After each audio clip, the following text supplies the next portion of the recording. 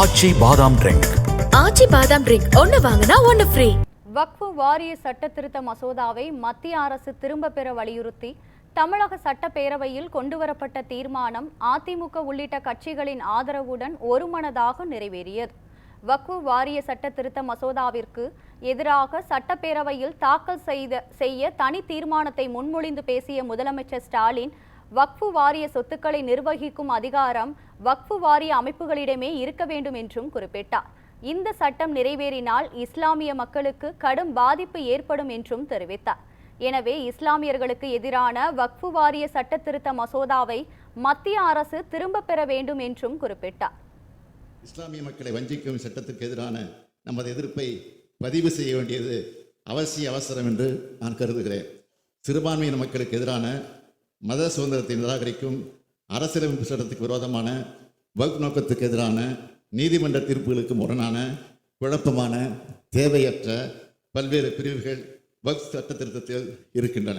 இந்த திருத்த சட்டமானது வக்ஃப் அமைப்பையே காலப்போக்கில் செயல்பட விடாமல் முடக்கிவிடும். எனவே நாம் இதனை எதிர்க்க வேண்டியவர்களாக இருக்கிறோம். மத நல்லிணக்கு அனைவருக்குமான அரசு என்ற இலக்கணத்தை அடிப்படையாக கொண்டு நாம் ஒரு தீர்மானத்தை நிறைவேற்ற வேண்டும் என்று கேட்டுக்கொள்கிறேன். தீர்மானம்: இந்திய திருநாட்டில் மத நல்லிணக்கத்துடன் அனைத்து மதங்களை சார்ந்த மக்களும் ஒற்றுமையாக வாழ்ந்து வருகின்றனர். அனைத்து மக்களுக்கும் அவரவர் மதங்களை பின்பற்றுவதற்கு அரசமைப்பு சட்டம் உரிமை வழங்கியிருக்கிறது. அதை பேணி காக்கும் கடமை தேர்ந்தெடுக்கப்பட்ட அரசுகளுக்கு உள்ளது. ஆனால் அதற்கு மாறாக சிறுபான்மையின இஸ்லாமிய சமுதாய மக்களுக்கு கடுமையான பாதிப்புகளை ஏற்படுத்தும் வகையில் 1995 ஆண்டின் வக்ஃப் சட்டத்தினை திருத்துவதற்கு கடந்த 2024 ஆண்டு ஆகஸ்ட் மாதம் ஒன்றிய அரசு மக்களவையில் அறிமுகம் செய்துள்ள வக்ஃப் வாரிய திருத்த சட்ட முன்வடிவினை வக்ஃப் அமெண்ட்மெண்ட் பில் 2024 முழுமையாக திரும்பப் பெற வேண்டும் என்று ஒன்றிய அரசை இப்பேரவை வலியுறுத்துகிறது என்ற தீர்மானத்தை நான் முன்மொழிந்து அமைகிறேன்.